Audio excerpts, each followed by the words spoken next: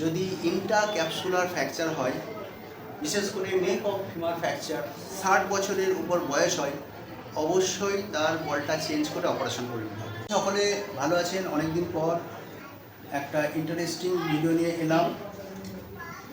আমরা অনেক সময় দেখেছি কোনো হাড় ভাঙলে সেটা নিজে নিজে জুড়ে যায়, আবার কিছু কিছু হাড় আছে সেটা কিছুতেই জুড়তে যায় না।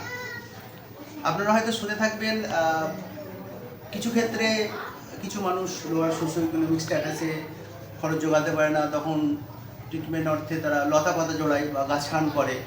সেক্ষেত্রে তাদের বিশ্বাস অনুযায়ী ভাবে যে এই লতা জড়ানোর জন্য হয়তো জুড়ে যাচ্ছে। এই কনফিউশনে একটু কারণও আছে। কারণ এই হাতের রেডিয়াস যেটা আছে, ডিস্টাল রেডিয়াস, অস্টিওপোরোটিক বা ওল্ড এজের খুব কমন ফ্র্যাকচার, পড়ে গেলে হাত ভেঙে যায়। সেটা আমরা সাধারণত প্লাস্টারের মাধ্যমে জোড়াই। এখানে বলতে গেলে যে প্লাস্টার হাড়টা জুড়িয়ে দিল সেটা নয়, হাড় কিন্তু নিজে নিজেই জোড়ে। হাড় ভাঙলে সেটা জোড়ার চেষ্টা করবে। এক্ষেত্রে ডিস্টাল রেডিয়াসের ফ্র্যাকচারটা ইউনিয়নটাই কমন, জুড়ে যাওয়াটাই কমন। ইভেন যদি বেঁকে থাকে, মানে ডিসপ্লেস থাকে, সে বেঁকেই জুড়বে। ইভেন বলা যায় ডিস্টাল রেডিয়াসে malunion is very common. তাহলে আমরা অর্থোপেডিক সার্জনরা কী করি? ওইটা যে ডিসপ্লেসড হয়ে আছে, যে সরে আছে, সেটাকে আমরা ম্যানুপুলেশন করে আন্ডার অ্যানেস্থেসিয়া, আন্ডার শিয়াম বা অনেক সময় এমনিও আমরা টেনে বসিয়ে দিই বিশেষ ম্যানুপুলেশনের মাধ্যমে। তারপরে সেই জায়গাটাকে মেনটেন করার জন্য আমরা জাস্ট প্লাস্টার করে দিই। প্লাস্টার কিন্তু হাড় জোড়ায় না, হাড় কিন্তু নিজে নিজেই জোড়ায়। হাড় জোড়ার জন্য একটু ক্যালসিয়াম, ভিটামিন D3 লাগে, এইটুকুই আমরা দিই। ব্যথা কমার ওষুধ, খোলা কমার ওষুধ আলাদা। তো হাড় কিন্তু নিজে নিজেই জুড়লো। যদি প্লাস্টার না করা হতো, ওইভাবে বেঁকে থাকতো না, বেঁকেই জুড়তো। ম্যাল ইউনিয়ন ইজ কমন। তাহলে হাড় জোড়ার জন্য আলাদা করে কিছু করতে হচ্ছে। কিন্তু due to lack of knowledge মানুষ ভাবলো যে ওই লতা জড়ানোর জন্য হাড়টা জুড়ে গেল। লতার কিছুই কাজ নেই, বরঞ্চ ওই লতার যে ঔষধি গুণ থাকে, ভেষজ গুণ, যদি খাওয়া যায় তার ভিটামিন বা শাক সবজির যে ভিটামিন সেইগুলো হয়তো আসতে পারে। ওখানে জড়িয়ে, ওখানে বেটে দিয়ে হাওয়া করে এসব কিছুই হয় না। তো আজকে যে বিষয়ে আমি আলোকপাত করতে চাইছি সেটা হচ্ছে ইন্ট্রাক্যাপসুলার ফ্র্যাকচার। আমি doctor Mujibur Rahman, orthopaedic surgeon. এই ব্যাপারে জনসচেতনামূলক ভিডিও হিসাবে এটা বানাতে চাইছি এবং একটা খুব ইম্পর্টেন্ট নলেজ দেওয়ার চেষ্টা করছি। ইন্ট্রাক্যাপসুলার ফ্র্যাকচার কেন জোড়ে না? কারণ ইন্ট্রাক্যাপসুলারের মধ্যে সাইনোভিয়াল ফ্লুইড থাকে। সাইনোভিয়াল প্রপার্টিটাই হলো হাড় না জুড়তে দেওয়া।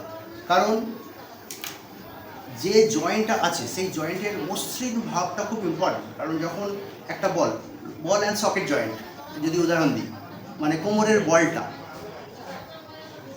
সেই এইভাবে ঘুরতে থাকে। তো সাইনোভিয়াল ফ্লুইডটা না থাকলে সেই মসৃণ ভাবটা থাকবে না। কোনো বিয়ারিং বা মোটরের যে মসৃণ ভাবটা থাকার জন্য সেখানে মোবিল অনেক সময় প্রয়োজন হয়। সেটা না থাকলে অনেক সময় ঠিক করে বিয়ারিং ঘুরতে যায় না, অসুবিধা হয়। এখানে ঠিক মোবিলের মতোই অনেকটা কাজ করে। এটা হচ্ছে সাইনোভিয়াল ফ্লুইড। এই জন্য এই মেজর জয়েন্টগুলোকে সাইনোভিয়াল জয়েন্টও বলা হয়।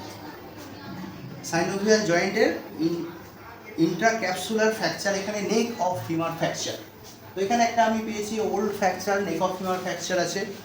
সেই ফ্র্যাকচারটা জোড়েনি, এটা কাছাকাছি থাকা সত্ত্বেও জোড়েনি। কারণ এটা ইন্ট্রাক্যাপসুলার ফ্র্যাকচার, এর মধ্যে সাইনোভিয়াল ফ্লুইড আছে, জুড়তে দিচ্ছে না। তারপরে পেশেন্টটার পরবর্তী ক্ষেত্রে এক্স-রে দেখা যাচ্ছে যে এটা পরের এক্স-রে, পেশেন্টটা আবার পড়ে গিয়ে নিচের অংশে একটা ফ্র্যাকচার হয়েছিল। সেই ফ্র্যাকচারটা কিন্তু জুড়ে গেছে, কিন্তু ওপরের নেক অফ ফিমার ফ্র্যাকচারটা কিন্তু জোড়েনি। তাহলে এখানে দেখা যাচ্ছে যে এখানে সাবট্রক রিজিয়নের ফ্র্যাকচারও জুড়ে যাচ্ছে, যেহেতু এটা ক্যাপসুলের বাইরে, এখানে কোনো সাইনোভিয়াল ফ্লুইড নেই। এখানে এর আগের পিকচারে আমরা দেখলাম খুব বেশি ডিসপ্লেস ছিল না। এর আগেও কি একটা এক্সপ্রেস ছিল? এর আগে না। তো এখানে অনেকটা কাছাকাছি থাকা সত্ত্বেও জোড়েনি। পরবর্তী ক্ষেত্রে পেশেন্ট এইভাবেই কিছুটা ভর দেওয়ার চেষ্টা করেছিল বলে এটা প্রক্সিমালি মাইগ্রেট করেছে, পাটা 2 থেকে 3 সেন্টিমিটার শর্টেনিং হয়ে গেছে। কিন্তু এখানে ইন্ট্রাক্যাপসুলার ফ্র্যাকচার হওয়ার জন্য নেক অফ ফিমার ফ্র্যাকচার জোড়েনি। এটা যেটা করতে হয় যে 60 ইয়ার্সের পরে আমরা এই পেশেন্টগুলোর বলগুলোকে আমরা বাদ দিয়ে ওখানে নতুন বল লাগিয়ে দেই। সেখানে হেমি আর্থোপ্লাস্টি বলে একটা অপারেশন করা হয়, নতুন বল লাগিয়ে দেওয়া হয়। 60 বছরের পরে আর সেই বলটা রাখলে জোড়ে না ভাস্কুলার ইভেন্টের জন্য, কারণ এখানে ভেঙে যাওয়ার পরে ভাস্কুলারিটির একটু প্রবলেম হয়। পরবর্তী ক্ষেত্রে ওই হেডটা রেখে দিলে অ্যাভাস্কুলার নেক্রোসিস হয়, কারণ ডিস্টাল পার্ট থেকে প্রক্সিমাল পার্টে হেডের ব্লাড সাপ্লাই হয়। এই ব্লাড সাপ্লাই ঠিকঠাক না থাকার জন্য এই হেডটা পরে ডিসলভ করে 2 বছর বা 3 বছরের মাথায় পেশেন্টের এক্সক্রুসিয়েটিং পেন হয়, সিভিয়ার পেন হয়, নাইট পেন হয়, কারণ ওইটা আস্তে আস্তে অ্যাভাস্কুলার নেক্রোসিস হতে হতে ডিসলভ হয়ে যায়। যদি প্রথমেই এই পেশেন্টের আমরা হেডটাকে সরিয়ে দিয়ে হেমিআর্থোপ্লাস্টি করে দিতে পারতাম, বাইপোলার প্রস্থেসিস করে দিতাম, পেশেন্ট ওকে হয়ে যেত। কিন্তু এখন পেশেন্ট প্রায় 1.5 বছর আগে ভেঙেছে, তাই তো 1.5 বছর আগে ভেঙেছে, এখন প্রায় পেশেন্ট হাঁটতে পারে না, পায়ে ভারী দিতে পারে না, পেন হয়। পরবর্তী ক্ষেত্রে আবার শাফট ফ্র্যাকচার হয়েছিল, তো পেশেন্টটা হ্যান্ডিক্যাপ হয়ে গেছে। ওই যে একটা সিম্পল আধ ঘন্টা 45 মিনিটের অপারেশন, একটা বল চেঞ্জ করে অপারেশন করে পেশেন্ট একদম ওকে দৌড়ে বেড়াতো। কিন্তু যেহেতু নেক অফ ফিমার ফ্র্যাকচার সেটা জুড়লেও না, পেশেন্ট ক্রিপল হয়ে গেল, হ্যান্ডিক্যাপ হয়ে গেল, আর নর্মাল লাইফে ফিরতে পারলো না। তো আমার এই আলোচনা থেকে যেটা আমি বোঝাতে চাইলাম, যদি ইন্ট্রাক্যাপসুলার ফ্র্যাকচার হয়, বিশেষ করে নেক অফ ফিমার ফ্র্যাকচার 60 বছরের উপর বয়স হয়, অবশ্যই তার বলটা চেঞ্জ করে অপারেশন করে নিতে হবে।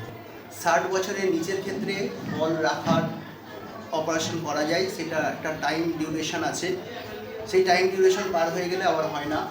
কিছু কেমন ক্ষেত্রে যদি সময়ের মধ্যে অপারেশন না করা যায়, পরবর্তী ক্ষেত্রে টোটাল হিপ রিপ্লেসমেন্ট করতে হয়। তখন শুধু বলটা চেঞ্জ করা হয় না, তার কাপটাও চেঞ্জ করতে হয়। হেমি মানে শুধু বল চেঞ্জ করলে হেমি হয়, হেমি মানে হাফ। আর যদি দেরি হয় সেক্ষেত্রে আমরা পুরো জয়েন্টটাই চেঞ্জ করে দিই, মানে ওপরের কাপ প্লাস নিচের বল, টোটাল হিপ রিপ্লেসমেন্ট। তো যে কোনো ফ্র্যাকচার একই রকমভাবে ট্রিটমেন্ট করা হয় না, বিভিন্ন ফ্র্যাকচারের বিভিন্ন ট্রিটমেন্ট হয়। আপনার অর্থোপেডিক্স ডাক্তার যেভাবে বলেন সেইভাবেই মেনে চলার চেষ্টা করুন, তাহলে সেক্ষেত্রে পেশেন্ট সঠিক ট্রিটমেন্ট পাবে এবং পরবর্তী ক্ষেত্রে তার লাইফটাও সুন্দরভাবে অতিবাহিত হবে। ধন্যবাদ।